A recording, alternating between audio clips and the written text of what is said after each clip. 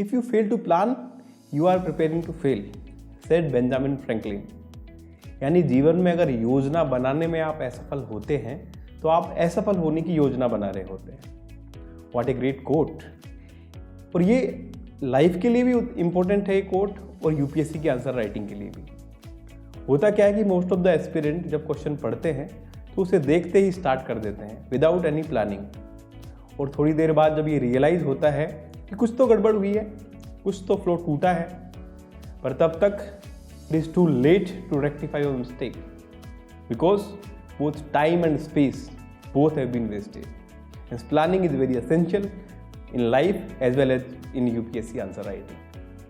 Hello friends, welcome to Conceptify. My name is Ravi Jain and here we make all your concepts crystal and clear.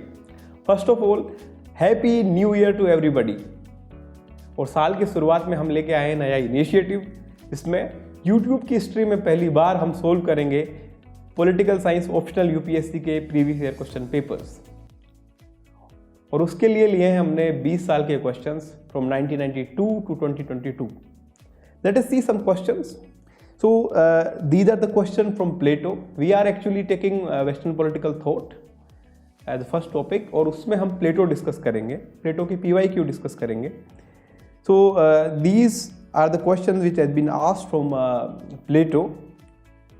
ये भी देखेंगे। सबसे पहले ये देखते हैं कि आंसर राइटिंग होती क्या है। Answer writing is in art and craft. अब ये आंसर राइटिंग का क्राफ्ट आता कैसे है? बार बार प्रैक्टिस करने से और परफेक्ट करने से।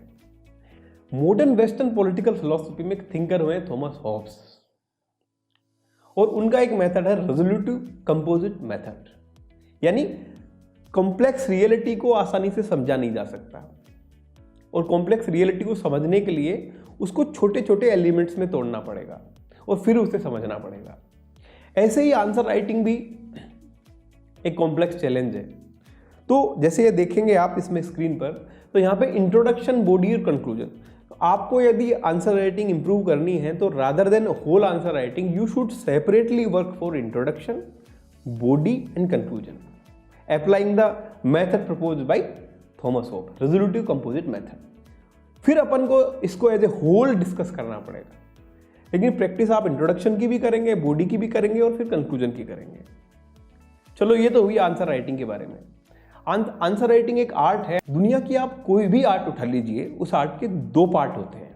फर्स्ट इज उसका क्राफ्ट, सेकंड इज इमेजिनेशन। अब आंसर राइटिंग भी एक आर्ट है। तो आंसर राइटिंग का क्राफ्ट का मतलब क्या होता है? क्राफ्ट का मतलब ये है कि उसका इंट्रोड्यूस कैसे करना है, उसमें आर्गुमेंट कैसे देने हैं बॉडी में, उसका फ्लो कैसे मेंटेन करना है, कैसे स्कॉलर्स को कोट करना है, और कैसे लॉजिकल फ्लो में उसे एक लॉजिकल एंड पर कंक्लूड करना है। ये तो क्राफ्ट हो गया। क्राफ्ट आप कोई सी भी आर्ट का उठा के देख लीजिए, उसको प्रैक्टिस से ही आता है। फिर जब इमेजिनेशन आती है, वो आपकी स्ट्रेंथ बताती है कि उस आर्ट पर कितना कमांड है, किस इंटेंसिटी और किस डेप्थ पर आप काम कर रहे हैं। तो ये तो हो गया आंसर राइटिंग। अब अपन देखते हैं, जैसे कोई क्वेश्चन उठा लेते हैं। जैसे फर्स्ट क्वेश्चन है, comment reality is shadow of ideas. Plato 1992 में पूछा गया है, 20 मार्क्स में पूछा गया है। सबसे पहले तो एक बात है कि कोई भी क्वेश्चन किसी भी मार्क में पूछा जा सकता है। Same question can be asked in 10 marker, 15 mark और 20 मार्कर। तो उसके हिसाब से हमें रिसोर्स मैनेजमेंट करने पड़ेंगे। अब सबसे पहले क्या करना है, इस क्वेश्चन को, जैसे मैं स्टार्ट करता हूं, इस क्वेश्चन को पढ़ लेना है। सबसे पहले क्या करना है, इस क्वेश्चन को पढ़ लेना है। Comment reality shadow of idea. अब क्वेश्चन को कम से कम 2 बार पढ़ना है। अगेन पढ़ते हैं, comment reality shadow of idea. अब जब आप पढ़ें तो क्वेश्चन पेपर में जो आपकी आंसर शीट है उसी में आप अंडरलाइन कर लें। तो रियलिटी हो सकता है इसमें, और एक आइडिया। इसमें ज़्यादा कुछ अंडरलाइन का है नहीं, लेकिन आप आदत डालिए कि इसमें कर सकते हैं।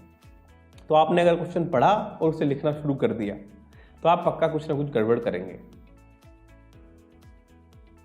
तो इसलिए क्या करना है कि जो क्वेश्चन पढ़ने और लिखने, उनके बीच का जो स्पेस है, that is called planning of an answer. ये एपिसोड उसी के बारे में है कि प्लान कैसे करना है आंसर को। Give me 6 hours to chop down a tree and I will spend the first 4 sharpening the axe, said Abraham Lincoln.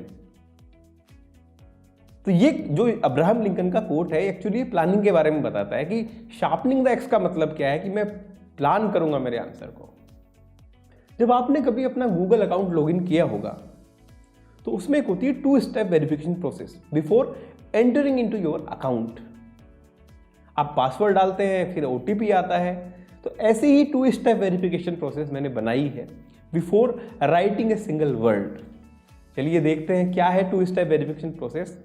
तो स्टेप फर्स्ट जो है वो ये है कि आइडेंटिफाई थीम ऑफ क्वेश्चन। आपको थीम आइडेंटिफाई करनी है।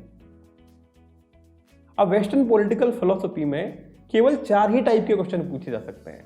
आप पूरी यूपीएससी की हिस्ट्री चेक कर लीजिए, उसमें 4 ही टाइप के क्वेश्चन पूछे गए हैं। ये मैं 4 टाइप मैंने खुद के क्लासिफिकेशन है मेरा। तो टाइप 1 देखते हैं। टाइप 1 क्या है कि इसमें क्या पूछते हैं, किसी पर्टिकुलर थियरी के बारे में पूछेंगे। जैसे प्लेटो की theory of idea, theory of justice, Aristotle की थियरी ऑफ स्लेवरी। तो कोई भी थिंकर है उसकी बहुत सारी थियरीज होती हैं, तो उन थियरीज पे क्वेश्चन होता है। अब थ्योरीज में क्या करेंगे, डायरेक्टिव सेट कर देंगे, कमेंट, डिस्कस, क्रिटिकली एनालाइज, ये कर देंगे। या इसके अलावा किसी पर्टिकुलर थिंकर का या स्कॉलर का कमेंट्री, जैसे प्लेमेनार्ड्स की हो गई या किसी की एरिस्टोटल की हो गई प्लेटो के ऊपर। ये हो गया फर्स्ट टाइप हो गया। इसमें पूछेंगे पर्टिकुलर थियरी ऑफ थिंकर। देखते हैं, चलो ट्राई करते हैं, इसको अप्लाई करते हैं। PYQ ये रहे। जैसे रियलिटी शेडो ऑफ आइडिया, ये क्वेश्चन है, ये प्लेटो की थियरी ऑफ आइडिया पे है। Explain Aristotle's critic of Plato's idealism. अब ये क्वेश्चन जो है प्लेटो के आइडियलिस्ट थियरी पर है, थियरी ऑफ आइडिया पे है। देखते हैं अगला क्वेश्चन। फॉलो और ordinance is mightier than knowledge, ये फिलोसोफर किंग के ऊपर क्वेश्चन। तो बाकी के मैंने इसमें दिए हैं, मैं आपको PDF प्रोवाइड टेलीग्राम चैनल पे कर दूंगा। तो ये है कि टाइप 1 हमने देख लिया। अब टाइप 2 आता है, position of particular thinker in western political philosophy. इसका क्या मतलब है, जैसे प्लेटो को बोलते हैं father of political philosophy, Aristotle is known as father of political science, Machiavelli is known as father of European secularism, Hobbes is known as father of modern political philosophy. अब इस पोजीशन को या तो लोग agree करते हैं, there is concurrence among scholars, और they challenge it.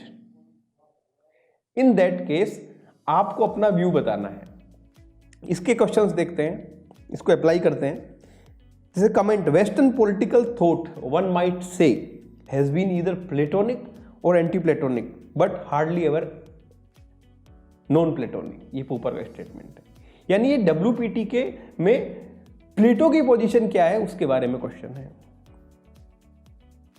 ठीक है। Second question is Plato was enemy of open society, यानी प्लेटो वाज अगेंस्ट लिबरलिज्म। तो प्लेटो की लिबरल सोसाइटी में क्या पोजीशन है, ये क्वेश्चन उसके ऊपर है।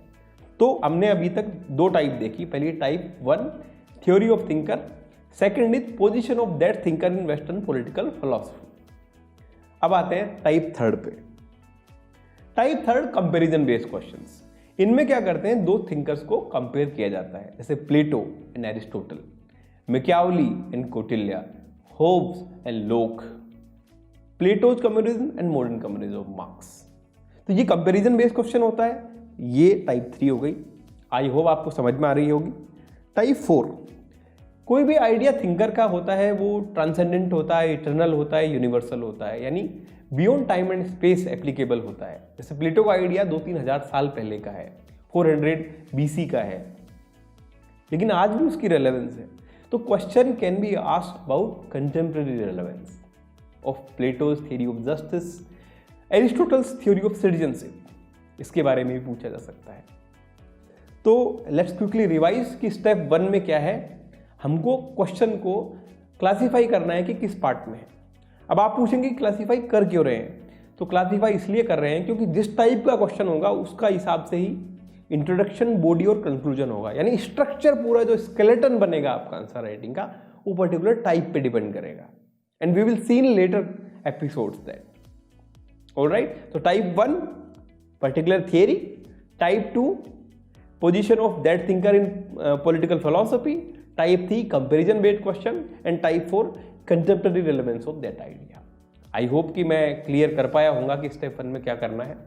Let's move to second step. इस स्टेप में हम ये बताएंगे कि आंसर राइटिंग में एक्चुअली कर क्या रहे हैं। तो आंसर राइटिंग इज SRM यानी smart resource management. While writing an answer, what are the resources? First is time, second is space and third is knowledge और योर नोट्स। अब जैसे 3 टाइप के प्रश्न पूछे जाते हैं, 10 मार्कर, 15 मार्कर, एक 20 मार्कर। 10 मार्कर के करस्पॉन्डिंग 7 मिनट्स अलोकेट होते हैं, 15 मार्कर के करस्पॉन्डिंग 10 मिनट और 20 मार्कर के करस्पॉन्डिंग 14 मिनट्स। और इसके करस्पॉन्डिंग अगर स्पेस देखा जाए तो 2 पेजेस, 3 पेजेस एंड 4 पेजेस। तो ये टाइम और स्पेस का कंस्ट्रेंट तो एग्जामिनर ने हमको दे दिया। नाउ जो हमने नॉलेज अचीव की है उसको अप्लाई करना है, वो हमारा माइंड का कंस्ट्रेंट है। ठीक है, यहां आपके काम आते हैं शॉर्ट नोट्स, क्योंकि इस टाइम ड्यूरेशन के दौरान आपको उस इंफॉर्मेशन को सोचना है कि क्या स्कॉलर कोट कर सकता हूं, क्या मेरे पास कोई कोटेशन है, क्या मेरे पास कोई डेटा है, फैक्ट है, रिपोर्ट है, या कोई क्रिटिकल एनालिसिस है किसी थिंकर का, या क्रिटिसिज्म है। ये चीजें आपको रिकॉल करनी पड़ेगी, क्योंकि सेम क्वेश्चन जब 3 चीज़ों में पूछा जा सकता है तब आपको टाइम और स्पेस जो आपका लिमिटेड है उसमें आपको डील करना पड़ेगा। तो ये चीज़ें आपको सोचनी है। जैसे ही क्वेश्चन पढ़ा, जैसे ही आपने स्टेप 1 आइडेंटिफाई कर दिया, अब फिर आप सोच लीजिए 30 सेकंड या 1 मिनट प्रैक्टिस के थ्रू इसमें आपको लग जाएंगे। फिर क्या होगा, जब ये चीज़ें तैयार हो गई तो फिर आपको इंट्रोडक्शन करने में, बॉडी और कंक्लूजन करने में बड़ी आसानी होगी, यानी आपका फ्लो मेंटेन रहेगा। आज का एपिसोड जब हमने शुरू किया था तो बताया था कि how to plan an answer. I hope आपको समझ में आ गया होगा कि आंसर को प्लान कैसे करें 2 स्टेप्स में। पहली स्टेप में आपको उसके टाइप को क्लासीफाई करना है और उसके बाद में आपको ब्लूप्रिंट सोचना है कि क्या रिसोर्सेज मैं यूज कर सकूँ। तो और नेक्स्ट एपिसोड में हम देखेंगे कि इंट्रोडक्शन कैसे किया जाए। Tell them what will you tell them. तो अगले एपिसोड से राइटिंग का आरंभ होने वाला है प्रचंड। तो I hope you will come and meet me there, and happy new year. Thank you very much for watching my episode.